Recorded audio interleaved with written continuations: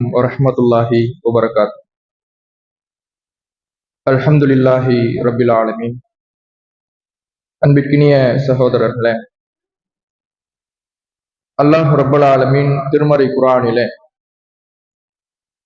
உறவுகளை பற்றியும் குடும்பத்தாரை பற்றியும் நமக்கு அதிகமாக வலியுறுத்தி சொல்லுகிறான். இஸ்லாமிய மார்க்கத்தில் குடும்பத்தாரையும் உறவினர்களையும் பற்றி வலியுறுத்தி சொன்னதை போல யாரும் சொல்லியிருக்க முடியாது என்கின்ற அளவுக்கு இறைவன் அதிகமான முக்கியத்துவத்தை உறவினர்களுக்கு வழங்குகிறான். அப்படி இந்த உறவினர்களுக்கு முக்கியத்துவம் இறைவன் கொடுக்கின்றான் என்றாலும் அதனுடைய எல்லை என்ன என்பதை நாம் அறிந்து வைத்திருக்க வேண்டும். ஏனென்றால் இன்றைக்கு மார்க்கத்திற்கு முரணான பல்வேறு விதமான காரியங்களில் தங்களை ஈடுபடுத்திக் கொள்வதற்கு மக்கள் உறவினர்களை காரணமாக ஆக்கக்கூடிய காட்சியை பார்க்கின்றோம். மார்க்கத்துக்கு எதிரான காரியமாக இருக்கும், மார்க்கம் தடுத்த காரியமாக இருக்கும், இறைவனுக்கு இணை கற்பிக்கின்ற காரியமாக இருக்கும், அல்லது நபிகள் நாயகம் ஸல்லல்லாஹு அலைஹி வஸல்லம் அவர்கள் காட்டித் தராத திருமண நிகழ்வாக இருக்கும்.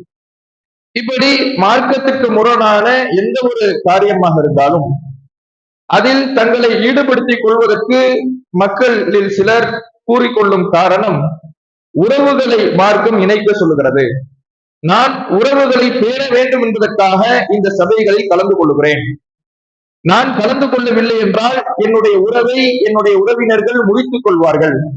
அந்த நிலை ஏற்படக்கூடாது என்பதற்காக இந்த நபிவழிக்கு முரணான திருமணத்தில் கலந்து கொள்ளுகிறேன், மற்ற மார்க்கத்திற்கு முரணான காரியத்தில் கலந்து கொள்ளுகிறேன் என்று காரணம் சொல்வதை பார்க்கின்றோம். ஆனால் இஸ்லாம் இறைவன் திருமறை குர்ஆனிலே இந்த உறவுகளுக்கான எல்லையை நமக்கு தெளிவாக சொல்லிவிட்டார். மார்க்கத்துல உறவுகளிலேயே உச்சபட்சமாக பேண வேண்டும் என்று நமக்கு சொல்லப்பட்ட உறவு தாய் தந்தை என்ற பெற்றோர் உறவுதான். இந்த உறவை பற்றி இறைவன் குர்ஆனில் சொல்லுகின்ற பொழுது கூட ஒயின் ஜாஹதாக்க அலா அன் துஷ்ரிக பிஹி மா லைஸ லக பிஹி இல்முன், எனக்கு இணை கற்பிக்க வேண்டும் என்று உனக்கு ஞானம் இல்லாத ஒரு விஷயத்தில், மார்க்கத்தினுடைய வரம்பை மீறுகிற விஷயத்தில் அந்த இருவரும் பெற்றோர் இருவரும் உன்னை நிர்பந்தித்தால் கூட பலா துத்தியுமா, அவ்விருவருக்கும் நீ கட்டுப்படாதே. மார்க்கத்துக்கு முரணான காரியத்தை செய்வதற்கு தாய் தகப்பனார் நெருக்கடியை கொடுத்தால் கூட, இந்த உலகத்தில் அதிகம் நெருக்கம் பாராட்டுவதற்கு தகுதியான உறவு எது என்று நபிகள் நாயகம் ஸல்லல்லாஹு அலைஹி வஸல்லம் அவர்களிடம் கேட்கப்பட்ட பொழுது முதல் 3 நிலைகளை தாயாருக்கும் 4வது நிலையை தகப்பனாருக்கும் கொடுத்த இந்த மார்க்கத்தில் அதற்கான எல்லையையும் சேர்த்தே இறைவன் சொல்லுகிறார். அவர்கள் நெருக்கம் பாராட்டுவதற்கு தகுதியானவர்கள் தான், ஆனால் அதைவிட நமக்கு நாம் நெருக்கம் பாராட்ட வேண்டிய ஒரு உறவு இறைவனுடைய உறவு. அந்த இறைவனுக்கு மாறு செய்கின்ற வகையிலே பெற்றோரோ அல்லது இன்ன பிற உறவுகளோ நமக்கு நெருக்கடியை கொடுத்தால் கூட பலா துத்தியுமா, அவர்களுக்கு நீங்கள் கட்டுப்படாதீர்கள். இந்த உலக விஷயத்துல மற்ற மார்க்கத்துக்கு முரணில்லாத விஷயத்தில் அவர்களோடு நல்ல முறையில் உறவாடுங்கள். மார்க்கத்துக்கு எதிரான காரியத்தில் கலந்து கொள்வதற்கு இந்த உறவு காரணமாக அமைக்கப்படும் என்றால் அப்போது கட்டுப்படாதீர்கள், அப்போது உறவை பேணுவது இல்லை என்பதை இறைவன் சொல்லி காட்டுகிறார்.